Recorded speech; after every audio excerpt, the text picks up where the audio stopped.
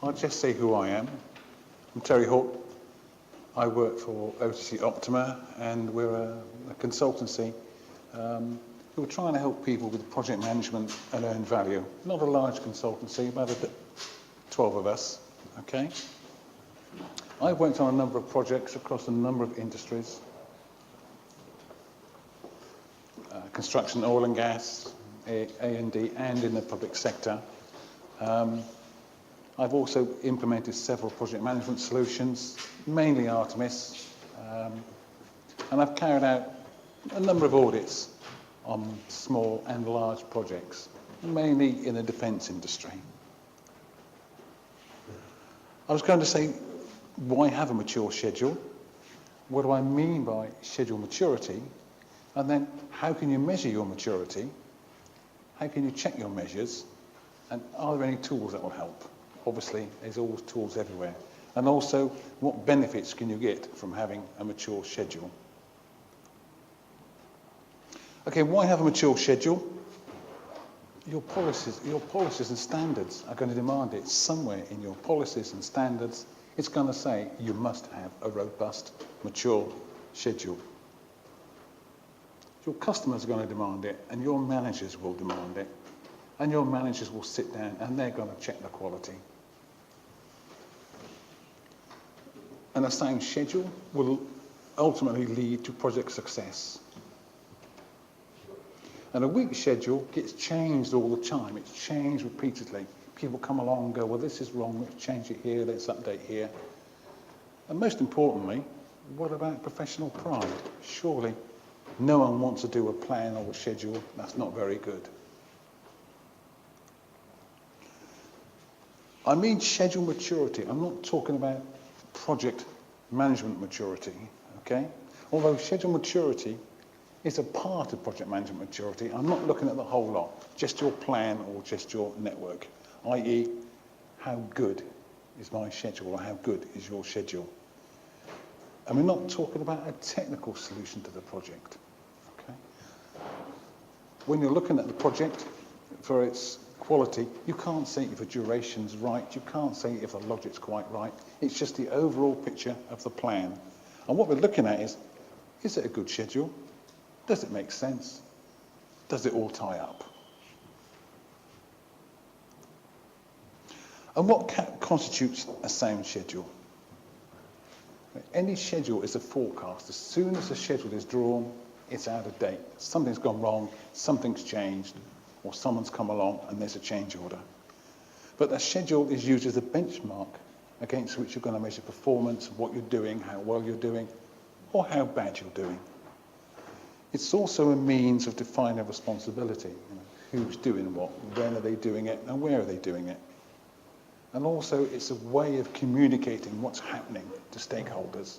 It's about the only thing that stakeholders can see which gives them a picture of what's going on and what's been done.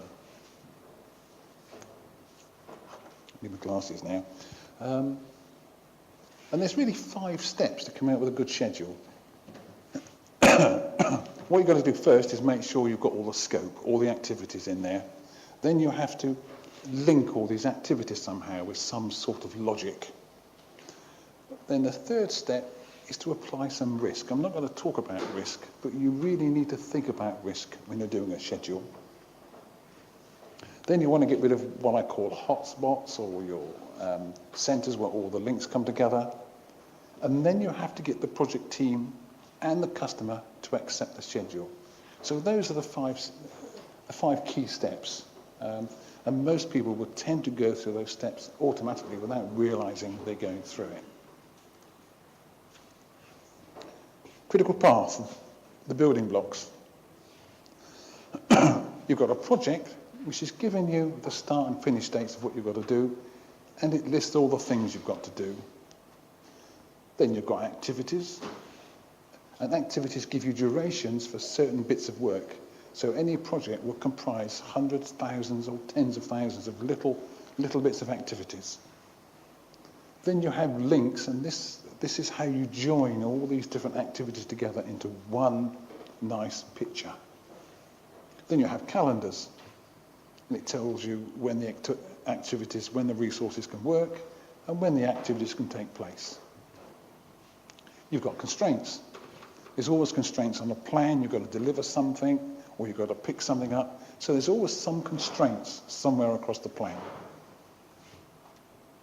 And you've got resources. You know, it defines who or what is available, and by resources it could be people, it could be equipment, it could be materials, it could be anything that's consumed by an activity. And then you've got resource assignments, which is linking the executors back to the work. Now, scheduling tools like Microsoft Project or Asta or Primavera are very, very good at modeling all these different parts. But they don't make sure that all these little blocks are used correctly. There was some research done very, very recently in the States when they looked at 37 projects, capital projects, and they ranged from 15 million up to $30 billion, okay? And what these people did, they came up with a graph with a flash title called Finish Compliance Index and Schedule Quality Index. And what they meant by Finish Compliance Index was they looked at these projects and said which activities did actually finish and start when they should have done according to the baseline. And then they looked at Schedule Quality Index and they said, okay, let's look at all the different things that can go wrong in the plan. Let's give them some weighting and let's draw a graph. So they drew a graph, baseline compliancy matrix. I mean, obviously, being American, they've got some nice flash words. I mean, I think in England we'd have simpler words. And what they've done, they've plotted when the activity's finished, i.e., you know, did they finish when they should have finished, and how good was the plan. And it shows that when the plan's only about a quarter good to third good, you're only hitting about 60% of the days. When you're getting up to sort of 70%, you're starting to hit 90% of the days. And obviously, no plan would ever be 100% good quality. It's impossible unless it's a single activity, okay? So that shows that the better the quality, the greater the chance of hitting your end dates and your cost, profit. Gantt charts. Everyone uses Gantt charts, bar charts. Not like in the good old days when you had a nice little timeline per networks. And to look at these plans, you really need to access the plan. It can either be on a tool or on reams and reams of paper. If it's in a tool, you've got to be a skilled user. If you've got a hard copy, you can't really see what's going on because there's so many colours and lines and numbers everywhere. They're vertical in nature. You know, there's a row per activity, and humans like nice, pretty pictures with a timeline. If you've got lots of logic in there, you can't trace it. I mean, I've tried to trace logic through a plan, go out for a coffee, and I forget where I am, okay?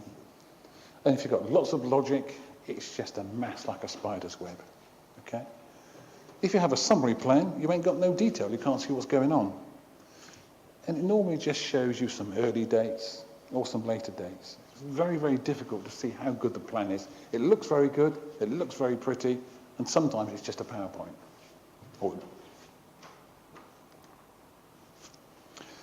So the common problems we come across is there is lots of open-ended activities.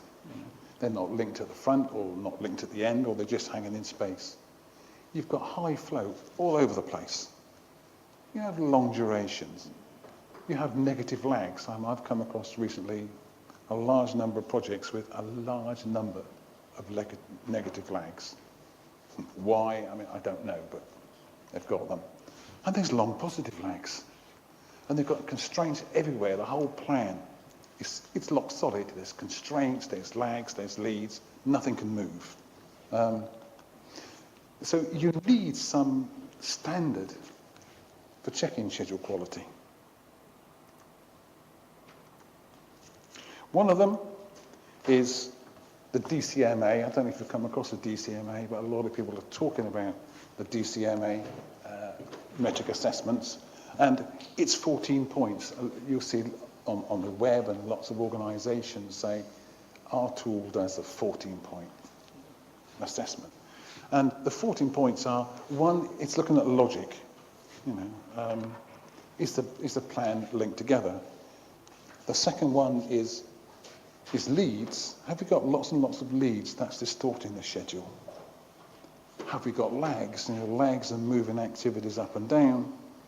Why are they there? Relationships types. It should all be finish start, but you get start starts, finish finishes, and all sorts of complex logic links just to hit a point in time. Are there lots of hard constraints? Have you got fixed dates in there? Because that's going to override any schedule analysis. And every tool treats a hard constraint differently when it calculates the critical path.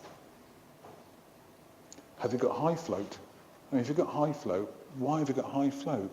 Is the activity in the wrong time frame, or have you forgotten to link it into somewhere? Negative float. Yeah, okay.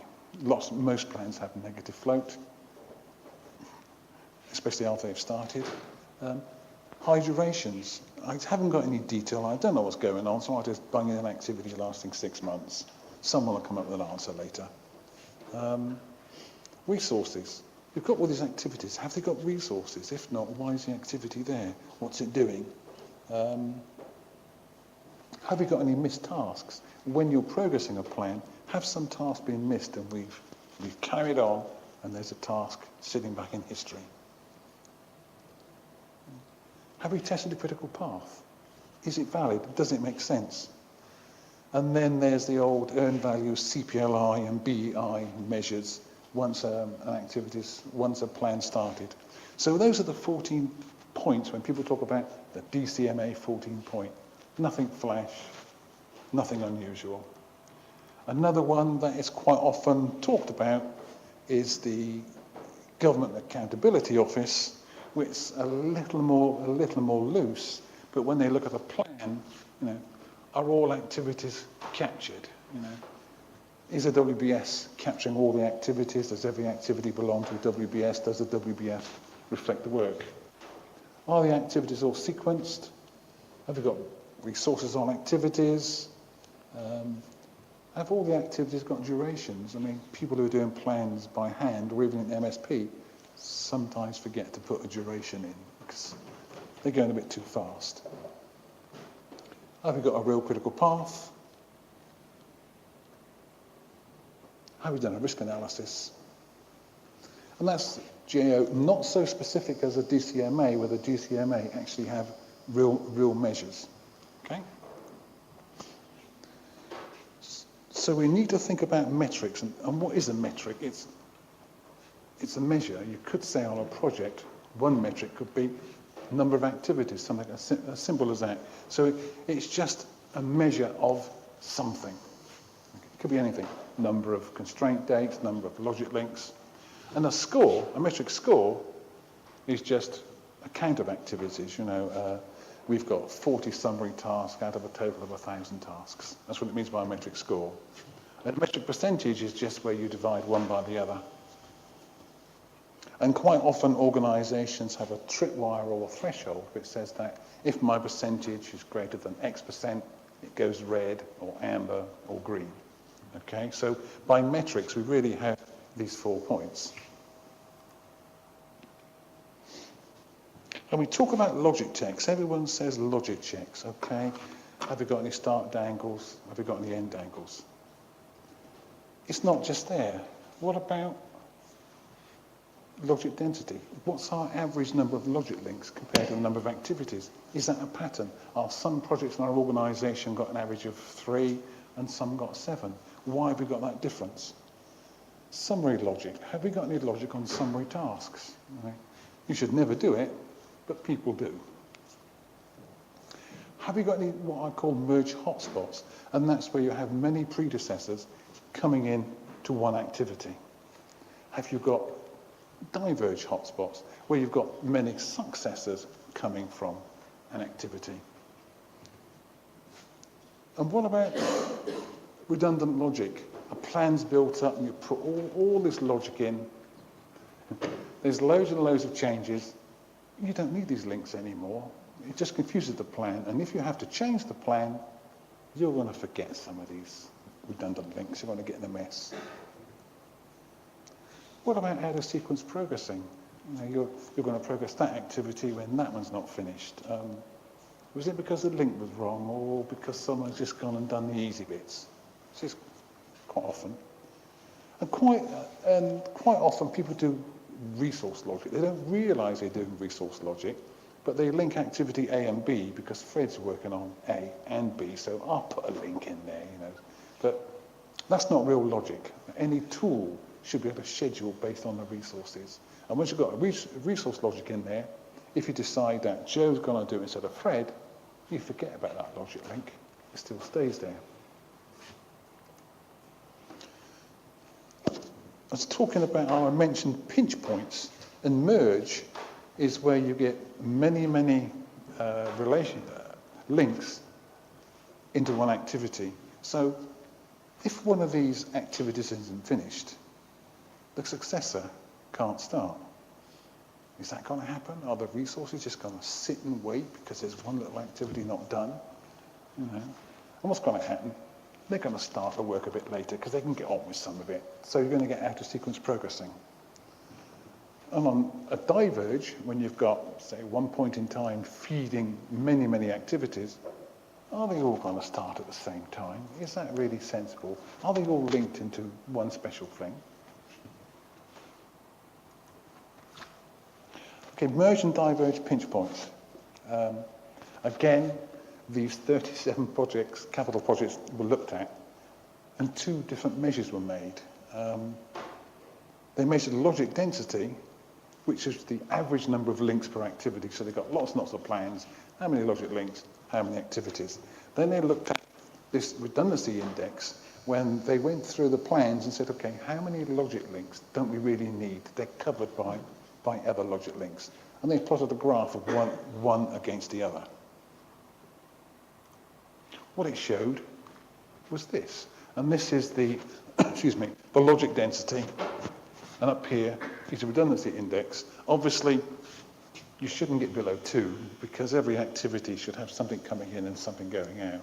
So if you get below 2, yeah, okay, we'll ignore that one. And what they found was that round about 4,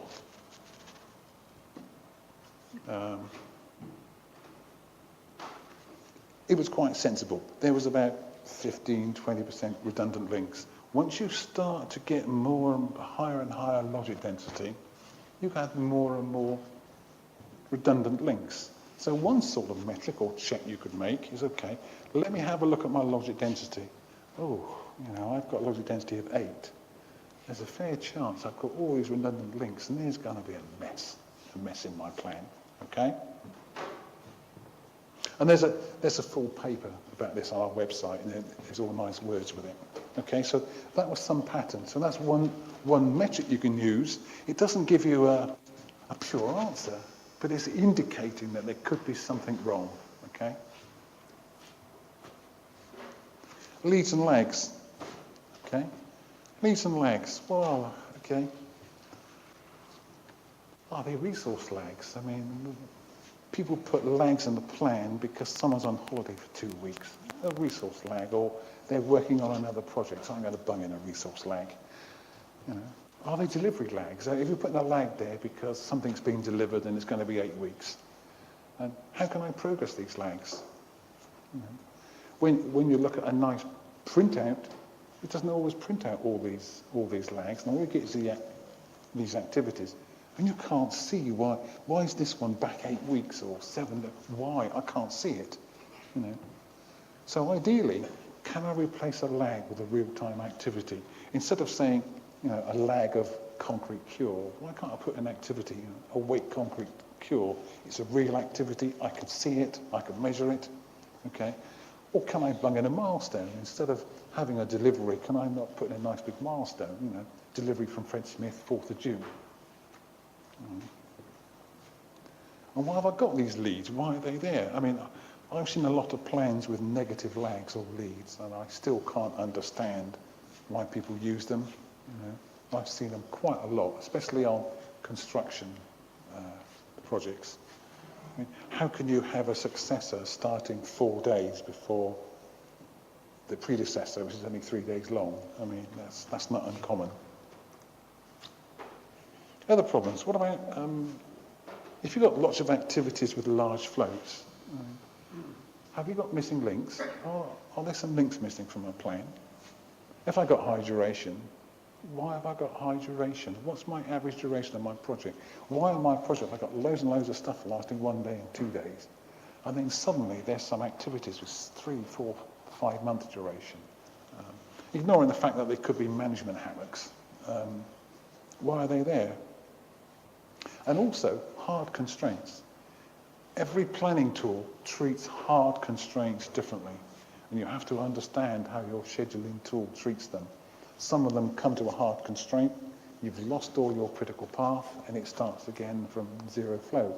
Others carry the critical path through, and so how you use hard constraints has to be tied in with how your tool does its time analysis. Constraints, what are they? Delivery dates, reviews? Do you really know why you've got those constraints in there? I mean, you shouldn't have too many constraints in the plan, What about open ends on constraints? A lot of the time, people come along, they do a plan, they've got lots of activities, and they go, I don't know, I'll bung on a date. And so you get some dates stuck in the plan because someone didn't know where to link it. You have to understand how float is treated around constraints. And I always avoid hard constraints. By a hard constraint, I mean an activity or a milestone that's got a start date and a finish date on it. CPM always goes wrong with a hard constraint. The tools don't really know what to do. And quite often you can get a start date on a Monday and a finish date on a Friday night because of how the tools operate. Calendars, okay? Many tools use many calendars. You've got to use a reasonable number of calendars. If you've got so many calendars, where are they all being used? Make sure a resource calendar doesn't clash with an activity calendar. You can't have resources only working at weekends if your calendar on the activity is 5-day working. I mean, that's a bit extreme, but you've got to make sure that the calendars match. Use sensible detail. You don't want an hourly calendar on a 3-year project, stupid. Or you don't want a weekly calendar on a short-term maintenance contract. And you also have to be careful about using multiple calendars on a sequence of activities, because logic links may have their own calendars, or logic links may adopt the calendar either from the predecessor or the successor. I'm not sure how the different tools treat it, but you have to be very, very careful using multiple calendars. Okay, how can I improve? You've got to set yourself some targets, i.e. no end angles. I don't think that's possible, but you could say, okay, I'm going to set a target of 1%, 2%, 10% or something. So you need to set some targets. No project will have more than 25 constraint days. You've got to know where your problems are. There's no point in saying, oh, these are my targets, if you don't know where you are today, okay? How can you close a gap from here to here? And you've got to set a timescale. You can't go from having average plans to really fantastic plans next week. It doesn't work. You've got to educate people. You've got to train people. You've got to explain to people why you're doing it. And also, if you've got many projects in your organisation, why are some good, and why are some bad? Is it because of people, type of projects, organisation? There's going to be a pattern somewhere. There's always going to be 1 or 2 projects that are good and 1 or 2 are bad. You need to find out why the good ones are good. Okay, in the past, this is very difficult to do, okay? You would have your scheduling program, and then you would throw all the data into Access or some other database or Excel, and you'd sit there with doing all your macros, doing all the analysis, analysis, and then suddenly someone says, I've changed the plan, I better update it for you, or I forgot to send you this piece of information. So people didn't bother. They would just do some simple measures. It got too difficult.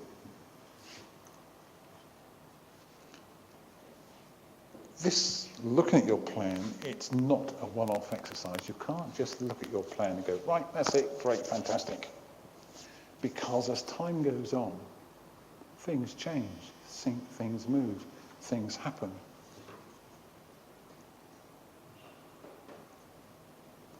Activities may get added or deleted.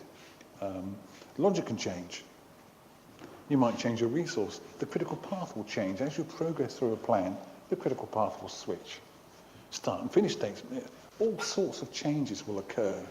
And when you have a new baseline after some nice change from a client, you want to know, why has the baseline changed? What has changed? I want to compare these two plans.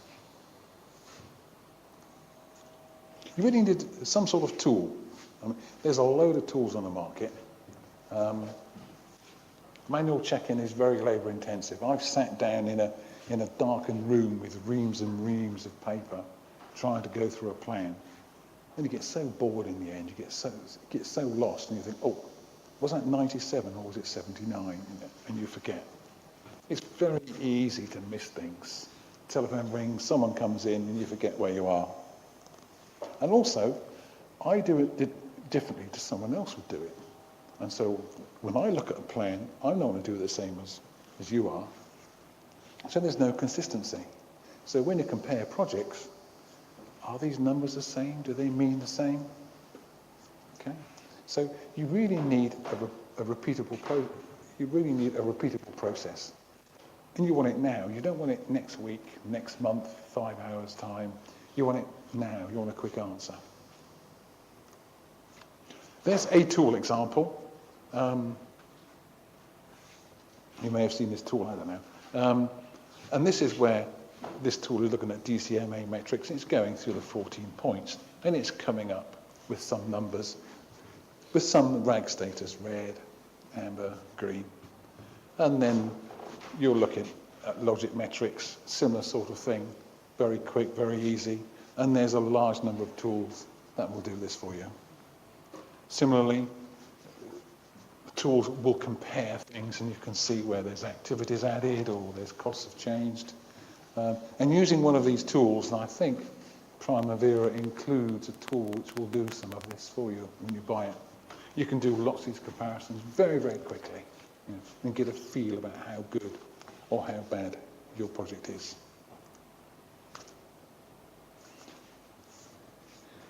Benefits. Okay. You can't do earned value unless you've got a real good schedule. People go off, they do a plan, they do a schedule, they have a baseline review, and they start to do earned value. But if your plan's no good, any earned value that you do is going to be pretty weak, pretty poor. What about change control? If your plan's really weak, are your changes because the plan was a load of rubbish, or are they real changes because of scope changes? What about capacity planning? If you've got a weak plan, can you really roll all your plans up to get a total picture of the whole organisation? Okay? Integrating contractor schedules gets a lot easier. If you've all got good quality plans, you can trust as you're bringing stuff together. If you've got a matrix organisation, if all your plans are of a similar standard, you can bring them together. There's no point in bringing really good and really bad plans, because all you end up with is a bad mess. And benefits we've learnt at OTC Optima is we started using metric tools 18 months ago for carrying out major project reviews.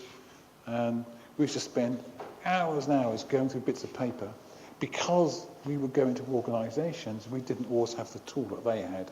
They may be using Asda or Primavera or what have you. So we had to use paper.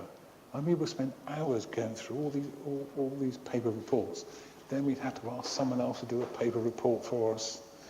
And we're all doing it differently. And we couldn't repeat it. we'd go into an organisation, and then the next time we went in there, we'd have different people, and they all have a different bent, they all have a different bias, okay? We also found that when we used a tool, the time was reduced so much, we could spend so much more time on looking at accelerating the schedule or looking at risk on a schedule. Okay? And also, what was most important was that once the clients had a schedule they could trust, that they felt was reliable, they could move on to the next step and start to do earned value properly and change control properly. Okay? Many of the time we've gone in somewhere and we've had to spend time improving their schedules before we can implement earned value. And naturally, client satisfaction increased. Oh, that was only half an hour. Do you have any questions? I talked about tools, by the way. If I go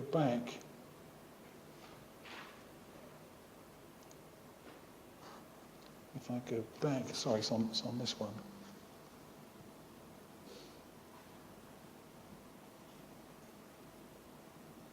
Oh, I had a list of tools somewhere. Okay, there are. There's tools like Schedule Cracker, there's Schedule Checker. If you go on the web and sort of type in project analytics or project metrics, up will come a list of tools. Okay, they're all fairly easy to use. Okay. Have you got any questions? No questions? Yes. Oh,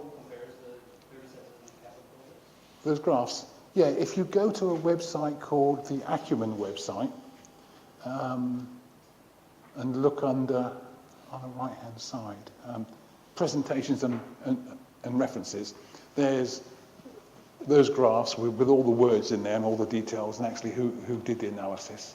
There's a couple of guys from the university in Houston who did it on behalf of a client, yeah. And there's a few more graphs in there as well, yeah. Is it possible to have a copy of your presentation, please? Yeah? Do you want to stick it? Have you got a laptop with you? No. I've got a memory stick. Yeah, I'll stick it on a memory stick if you want afterwards. Yeah? Yeah, no panic.